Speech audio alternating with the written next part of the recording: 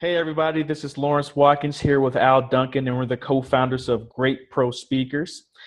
Today we are back with you once again for our Great Pro tip of the day. So Al, what are we speaking about today? Well, today we're going to talk about video, how to get great video footage and what should go into it. Of course, we know video is extremely important to any successful professional speaking business. Yeah, most definitely. And I've had Great Black Speakers for over 10 years now, and video is the thing that separates the winners from the losers, excuse me, within the speaking industry. So those speakers who have great video, hmm they tend to do better with getting more engagements, more gigs. And I think it's because that the event organizers are able to see them in action. So what do you think? Yes, I agree. First of all, when I want to define what great video is, because some people think that it's only about the quality of the video footage. Does it look like it came off a TV, or something like that? So let's be careful because there's a couple aspects of having great video. Now, first of all, a great video, I mean, a video that's good, that really does what it's supposed to do, should get you paid.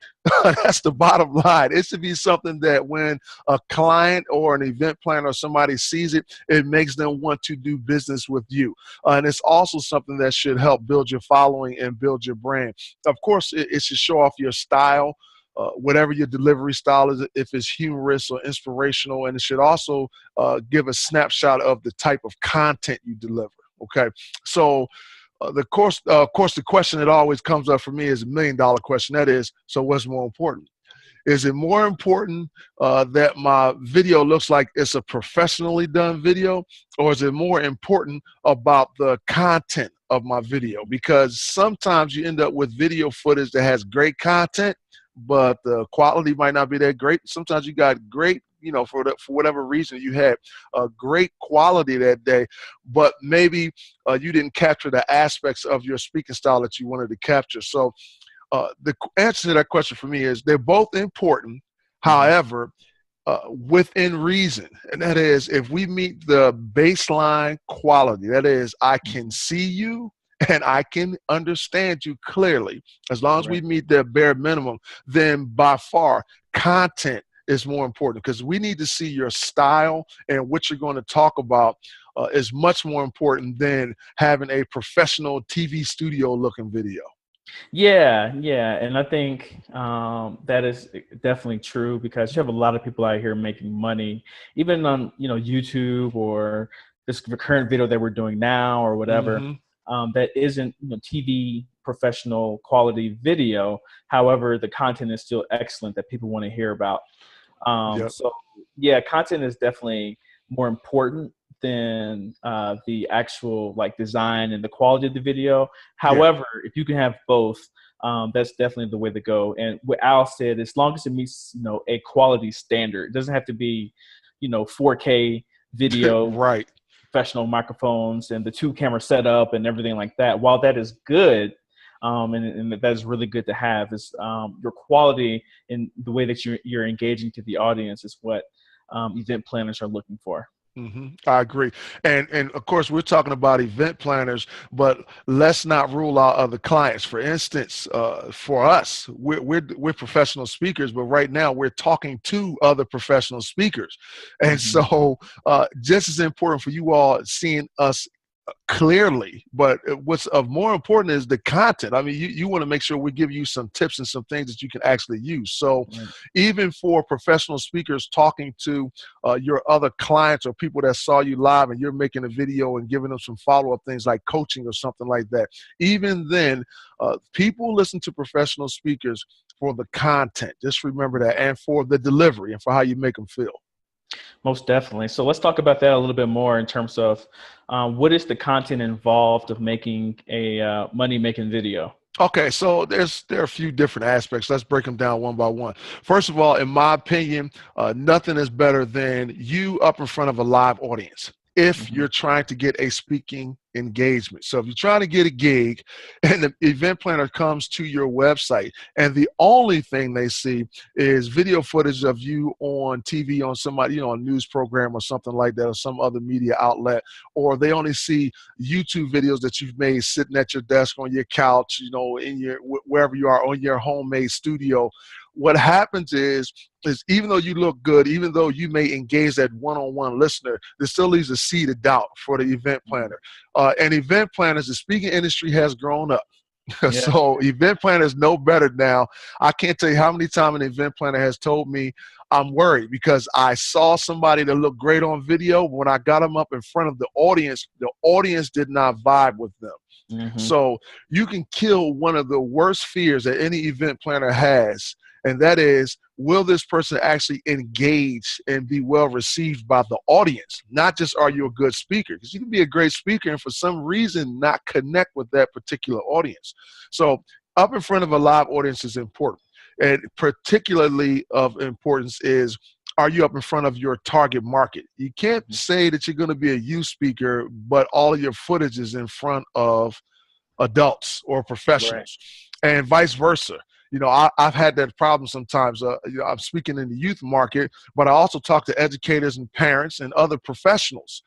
And one time I ran into that problem. I got a call from Pfizer. They wanted me to come out and speak to a group of executives. It was for the Women's Executive Mentoring Club.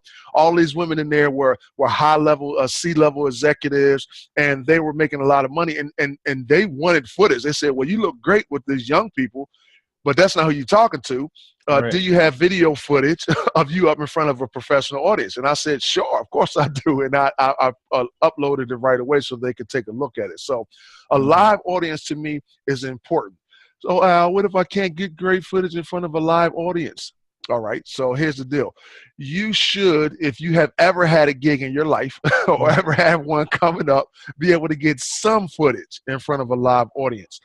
If you can't get in front of a live audience, then any footage is going to be better than no footage, all right?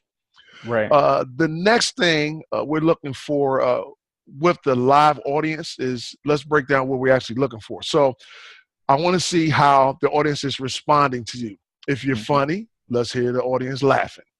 Can't say you're a comedian and we listening to your video and nobody's laughing. You can't be a humorous speaker. That's not going to work. It's hard to say I'm a motivational speaker, I'm an inspirational speaker, and no one in the audience is responding to what you're saying. All right, so the audience response is also very important. And I'm sorry, go ahead. Yeah, and I think about the audience response too. Okay. In terms of some of the best videos that I see, you often see how the audience is responding. That's why you see speakers like Tony Robbins and Brendon Burchard, when they put together their promo videos, they always have cuts of the audience and how they're reacting to that they're saying. So yeah, audience response, I think, is definitely important. Yep, I agree. Also in your video, another type of audience response is a testimonial. So if you can get them, sometimes it's hard. It just depends on the type of engagement where you are or the type of gig that you just had, but you should be able to get some testimonials. Most of my demo videos actually start off just very shortly with me speaking. I mean, just a few snippets, and they immediately gets to some testimonials, and you can get back to me in a second. But especially for a young person, if I can get a young person to like me enough to get on camera and say, you know, hey man, this dude is cool, he was good, he wasn't boring, then that is a great vote of confidence. So we call that third-party verification. That's somebody else other than you verifying that you do what you do. And if you have an event planner that's telling another event planner, oh, so you're gonna love him, the audience loved him, he was easy to work with, and he was great, and they see that for a quick second and then it flashes over to you speaking, it's a very good look. Yeah, and of course that third-party verification means a lot. So that's why all these websites now have testimonials, but then they also have reviews and a whole bunch of other things to, you know, have that third-party verification. Because as much as, you know, we as individuals don't like to believe it, we are influenced by what our peers think. And you know, the more that you can get those testimonials after the event from the participants, I think, it's definitely the better. And we'll get into a little later into the ways that you can get some good video content. But it's really easy to get testimonials in terms of just straight video. But we'll get into that in a few minutes. Yeah, and I agree. It is easy. The hardest part is usually asking, but you'll be surprised. If you ask, people are usually pretty enthusiastic, especially if they liked you. They don't mind saying a couple words for you. Right. Mm-hmm. And, back to the actual video of you speaking, we mentioned about, highlighting what you do best, whether that's humor, inspiration, or information. Can you talk about that a little bit more? Yeah. So, okay. If you, I see this all the time. Someone says, you see big captions as soon as they hit the website. He's exciting, engaging, real interactive. And then we see your video, right? In your video, it's mainly you talking. You're not talking to the audience. The audience doesn't say anything back to you.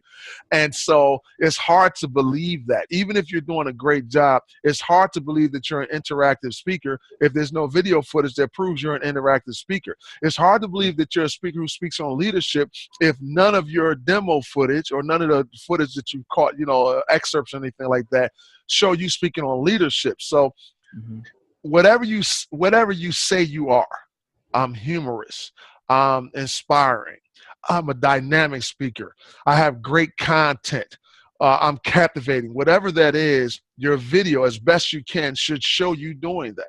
And what I started doing is, if I had trouble getting video that would show me, let's say I wanted to say, okay, I'm a funny guy, this guy is so funny.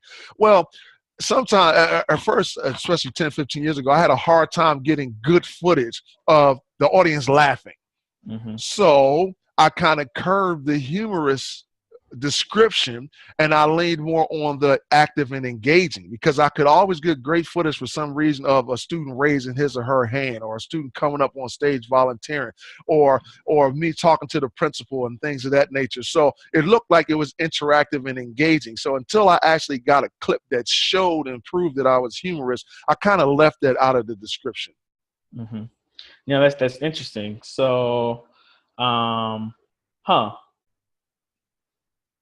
So I'm going off script a little bit. So I want to know, how would someone show that they're an informative speaker?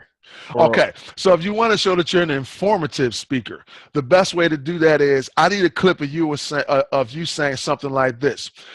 I'm an informative speaker. I speak on, let's say you speak on career development. Now, there's an inspirational career development speaker who says, you know what, go out there. Doesn't matter how many no's and rejections you get. No is just a reason for you to look for the next opportunity. So keep moving, keep striving. Sometimes it takes 1,000 no's to get to that one yes, but all you got to think about is that one yes.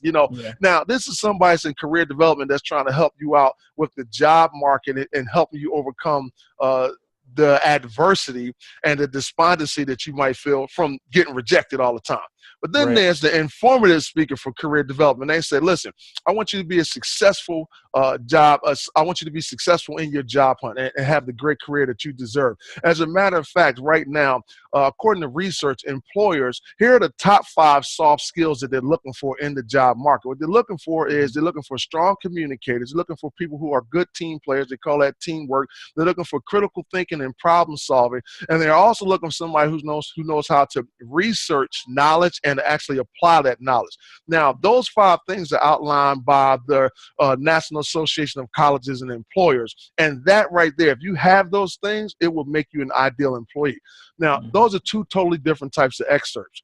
One of them clearly shows that I'm an informative speaker, because I gave you some specific things that are in the job market that you can work on right now, as opposed to giving you some inspiration or motivation about how to overcome the adversity.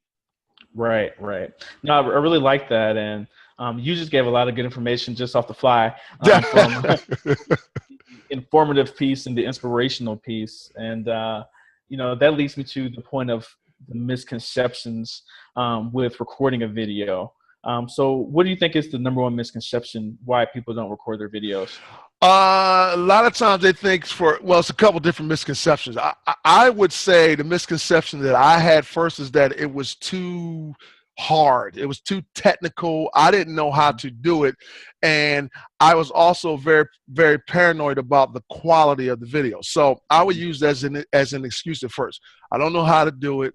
And more importantly, I don't have the equipment or the right things that I need to do it. So for me, that's what bugged me, And once I begin to understand that it's not as complicated as it seems, I don't have to record it. I can ask other people to record it for me, okay? And that regardless of how nervous I am or how frustrating it might seem or how intimidating it might seem to actually get the video done, once I get over that hurdle, I'm going to get a lot more gigs, Right. And so a misconception is that it's too hard, it's too time consuming, it costs too much money. These things are absolutely not true. All right. So that's one big misconception they should always get in my way.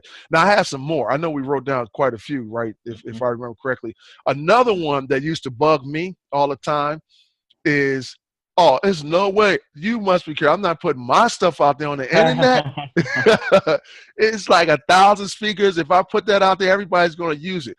Well, you know what? I just got finished giving away some of my good content on the fly because Lawrence asked me about what would I do to show the difference between inspirational type speaker and someone who's informative. And you know what? I gave away some good content. And I am not concerned about somebody stealing it because that's what I finally understood. If someone's stealing 2 minutes of your content is enough to keep you from getting a gig or ruining your career, you need a whole lot more content. Right. Right. You need a lot more content. The other thing is everybody steals, everybody borrows. You can't stop that. And so while you're trying to hide it from another speaker, who you're really hiding it from is the person who would love to give you a check. So you cannot do that. I'm not saying give away all your best material. You don't give away your whole 90-minute keynote or your 1-hour keynote. Of course, that's not going to be free. But we're talking about a 5-minute demo. If you give away one of your good jokes, or a little bit of your content or something of that nature, and it helps you get paid, trust and believe. Go ahead and say it. And the other thing is, if you really want to set your mind at ease, just tell a little of your story. If somebody wants to steal your story, that's wonderful. Please tell the Al Duncan story everywhere you go. That's great. Right.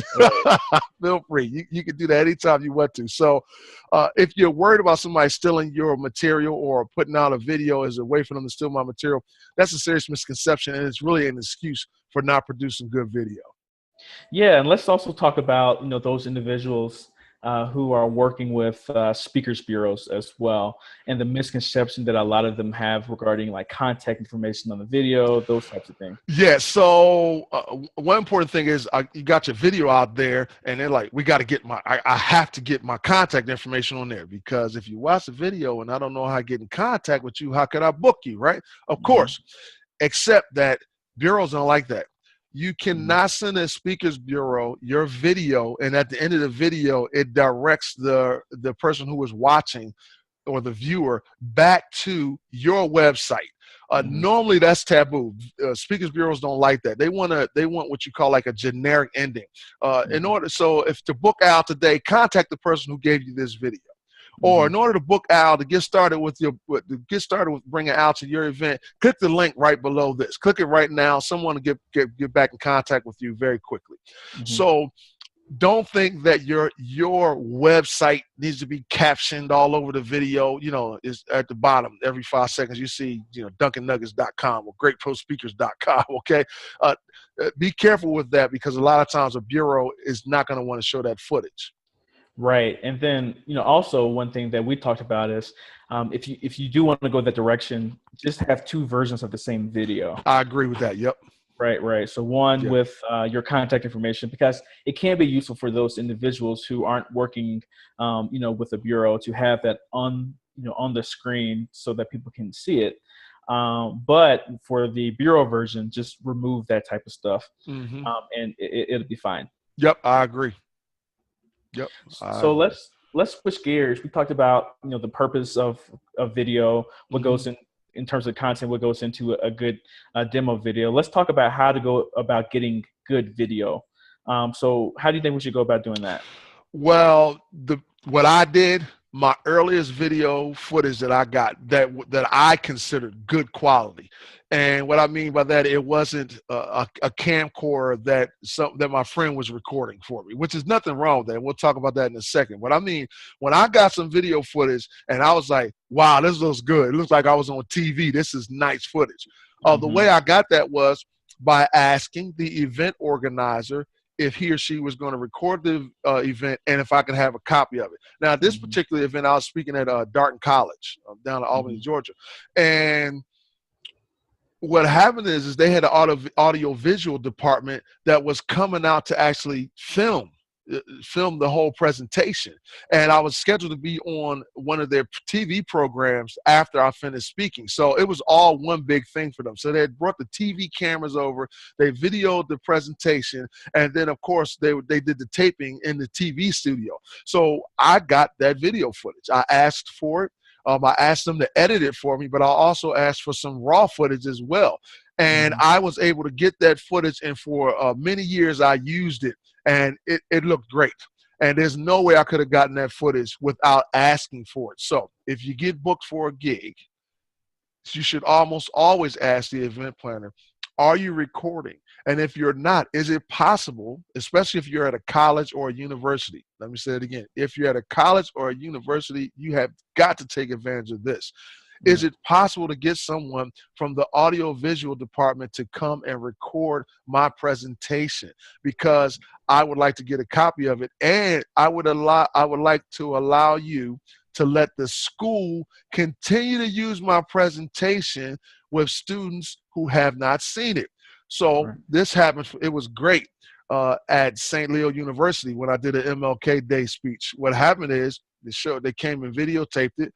They kept showing it for like the next week, okay, and they have multiple locations. So I ended up going to different campuses, and I had some great footage from that, and I got some more gigs from it as well. So you have to ask for video footage. That's my point. Ask for it. Doesn't matter who the event planner is or what conference it is.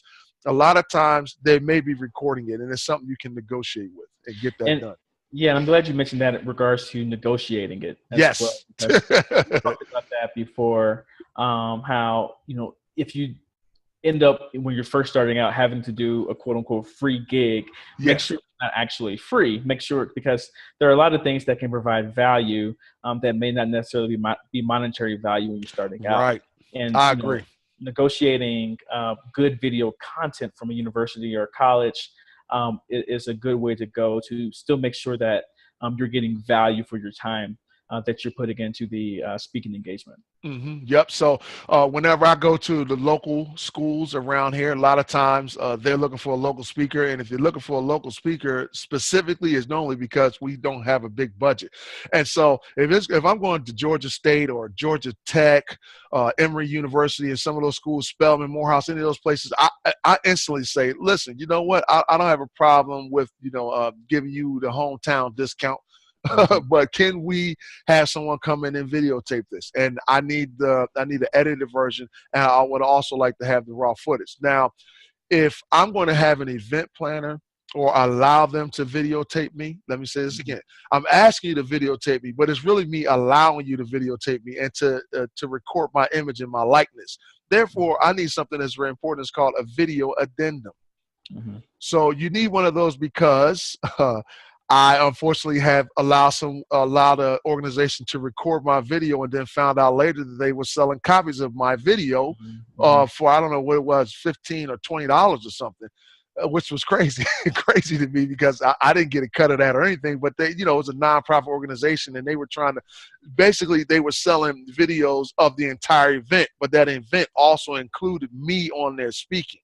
Right. And so if I had a video addendum, that would have taken care of that. Video addendum usually says that they are allowed to record you. They're allowed to show it to their organization members or their students, but they're only allowed to use it in a non-commercial manner. And that's some of the legal jargon that's in a video addendum. Yeah, I think that's important too, because I've seen that happen. We had a speaking engagement in Nigeria. And the speaker got mad because an organization that booked him was basically selling the events in its entirety after the event was over. So yeah, that video addendum is very, very important. Yeah. I agree, because if anybody's making money, you should be making some money. And also, I just don't want somebody in control of me and my product long term. You know, that's usually not a good look, unless it's only for their membership and their future membership. And now, let me qualify that. If I'm doing freshman orientation, no, you cannot record my freshman orientation program, keep it, and show it to the freshmen and show it to incoming freshmen for the next 5 or 6 years. Right. No, you can't do that. That's different, because that should be recurring business for me. I should be coming to speak to each freshman class in additional years. Now, what you can do, though, is record my MLK Day lecture or a Black History Month lecture, or some type of special entrepreneurship lecture, or a conference keynote or something like that for a collegiate leadership program or something, and you would like to show it to the satellite campuses of your school, or you'd like to show it to the faculty and staff who had to work during your presentation. They didn't get a chance to see it. Well, that's no problem. That's different, and it's non-commercial, and it helps you get more gigs. But if you have a chance to get repeat business, you should not let them record your presentation and use it in the future unless you charge them for it. Right. Okay, that's all I'm saying. And you can negotiate a sizable fee to say, hey, you know what? Sure, y'all can record my video. That's going to cost you half of my speaking fee, and it's going to cost you a yearly licensing fee. Right. And you can use it as often as you like. Feel free. Right. So yeah, I think that's a good way to go, and things to negotiate that people don't really think about, that they can actually negotiate for events. Yep. So. And that's if we are getting the event organizer to record the recordings. Yeah. Let's move on and talk about, hiring your own videographer. So you have a story about that, right? Yeah. So, okay.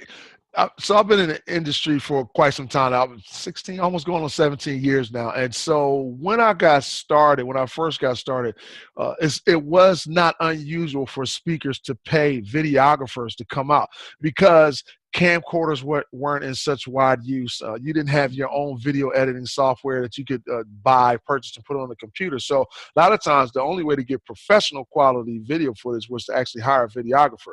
And I remember one time I paid $5,000 for a 2-camera shoot, and I think it was $2,500 in editing, or for them to come out and get testimonials afterwards and put this whole package together. Only thing I know is by the time I was done, I spent about $7,500 and some change on some video, and nowadays that just seems absurd to me. That $7,500 costs more than my whole entire video setup that I've used to make hundreds of thousands of dollars. So right.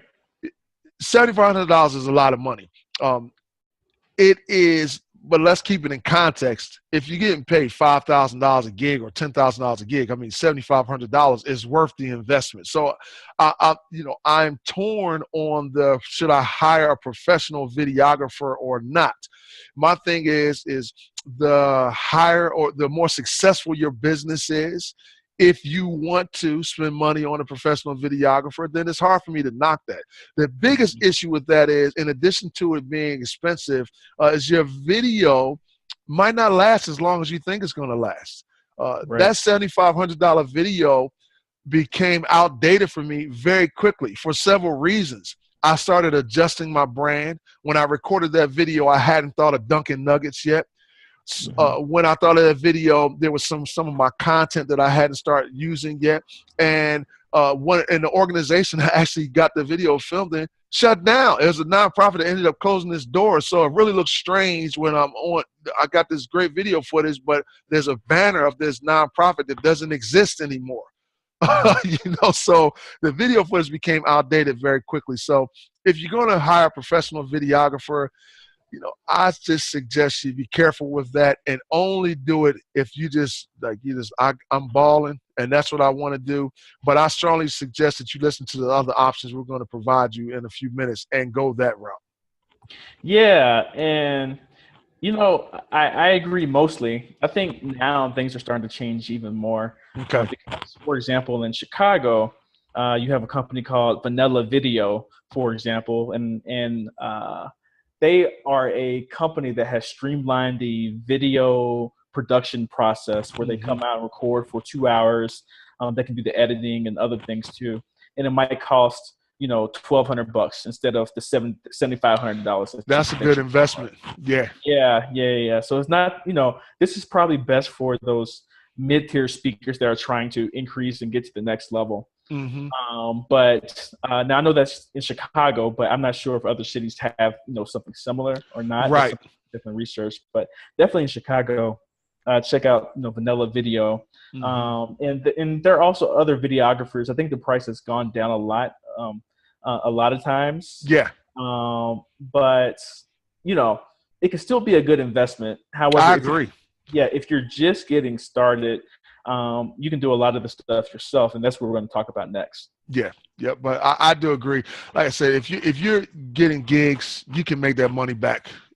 Paying for a videographer, it's not a bad investment. Right, and it's not a bad investment, but when you're first getting started, Yes. that $5,000 or $3,000 that you'll use to get a professional videos done is probably best spent on other things in the early stages in terms of building your Hmm.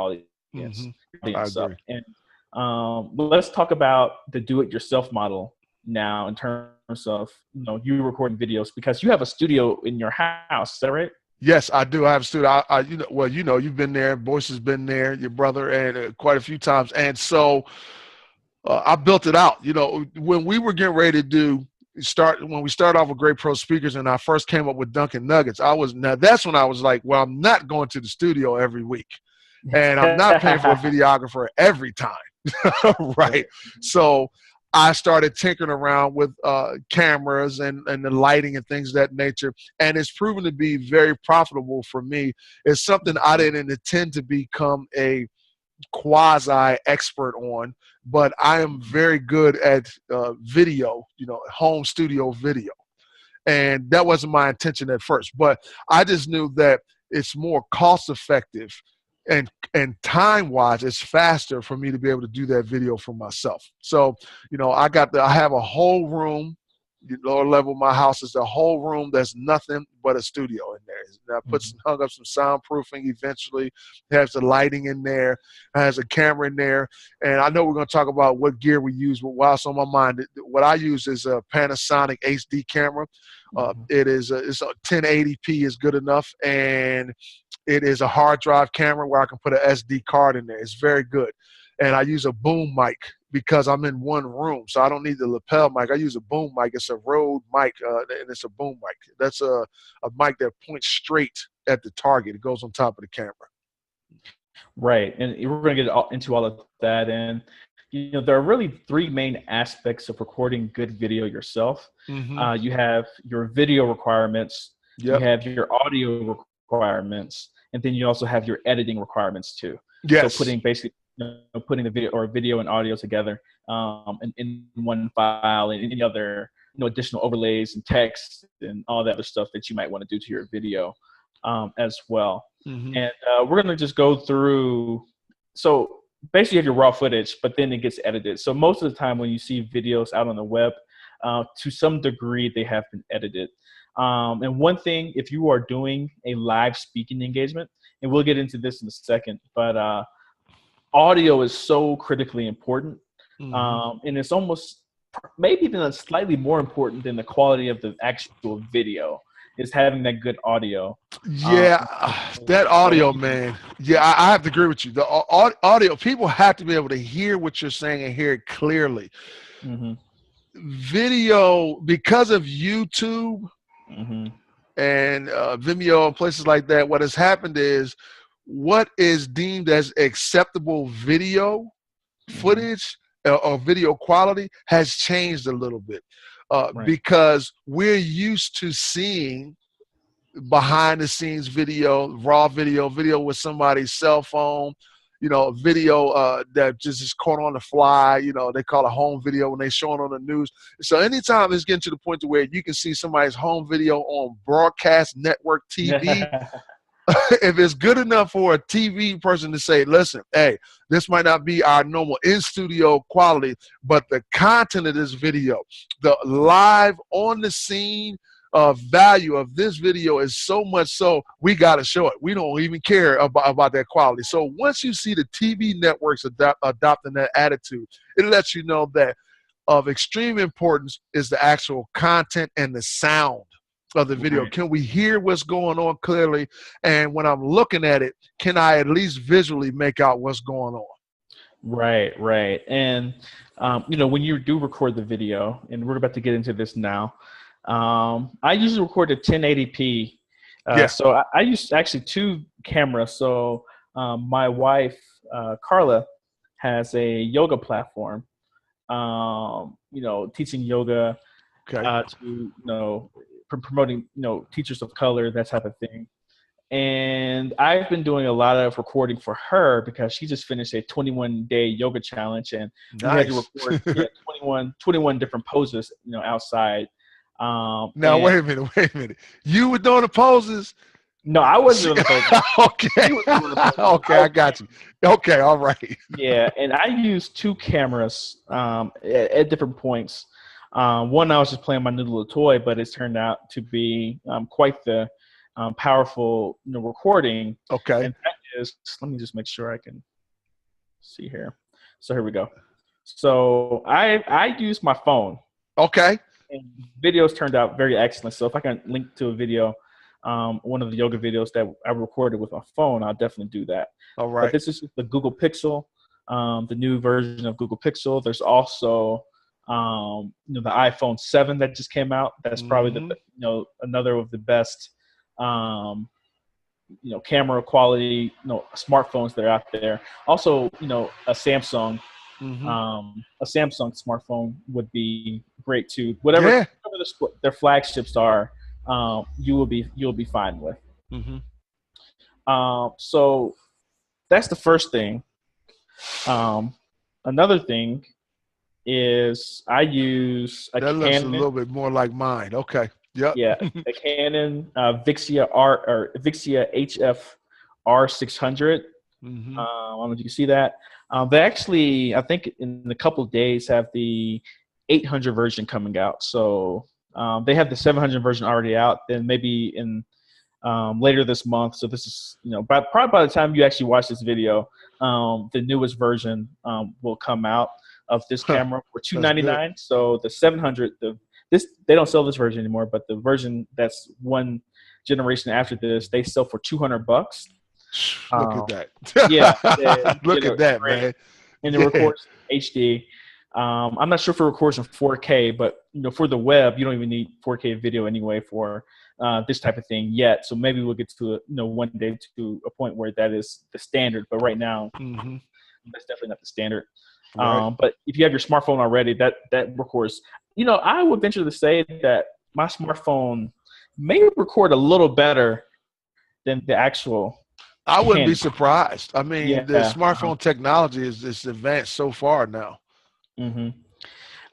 Yeah, and then with, you know, a camera like this, or what I was talking about, you can have a boom mic if you are in close proximity. But the further away that you get from the actual microphone source, the harder it is to hear you and to have that good sound quality.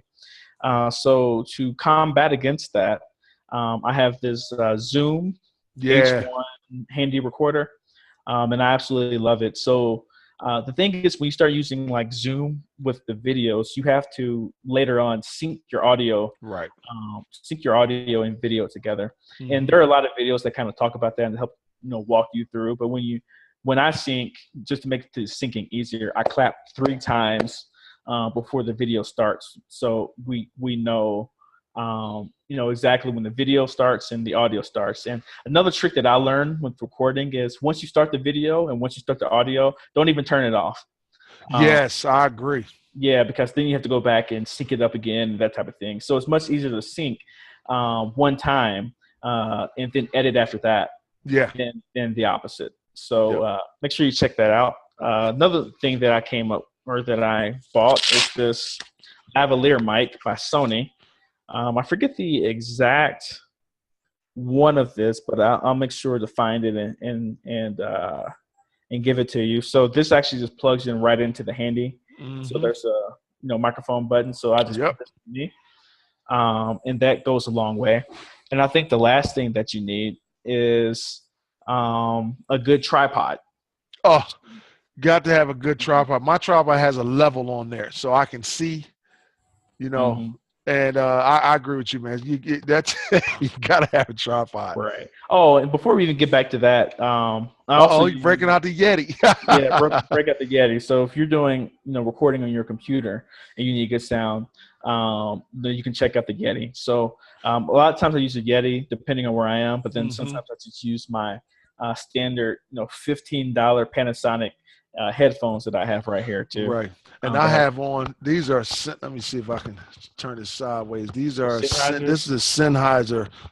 You can see right there on the side. This is a Sennheiser headset. The Sennheiser, I know about Sennheiser from my days as a musician. That was known as one of the best microphones. So this